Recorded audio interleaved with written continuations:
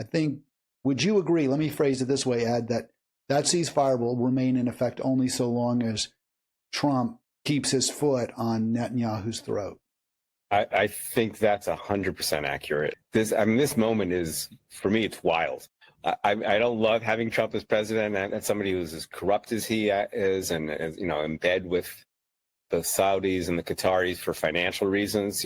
They're funneling hundreds of millions and even billions towards him and his family, and yet that seems to have been what happened here. Those relationships paid off in a weird and perverse way, but Trump got really upset about the attack on the Qatar campus there where they were meeting for the peace talks, and there was some allegations on the left. Brian Grimm at The Intercept, was accusing Trump of being complicit in it, and that maybe it was even a trap for Hamas. I think events since then proved that wasn't the case.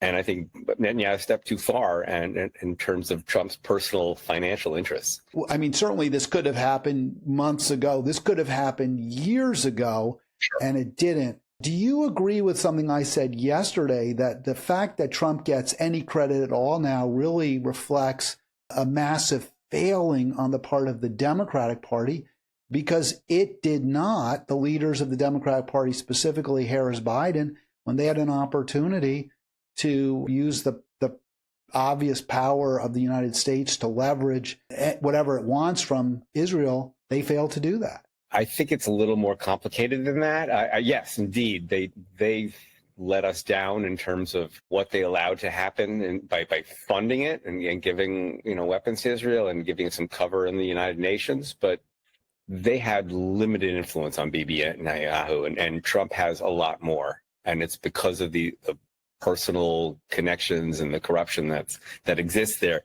which Biden and Harris did not participate in. We would say to their credit, but Bibi was aimed at taking them down, so he was not going to really respond to pressure from them, I think. Was the pressure ever put, though? But to be fair, Ed, they didn't really put any pressure on him, right? There was absolutely not. Yeah, 100%. They let up. As Democrats, I think that we would have wanted to see something different from them.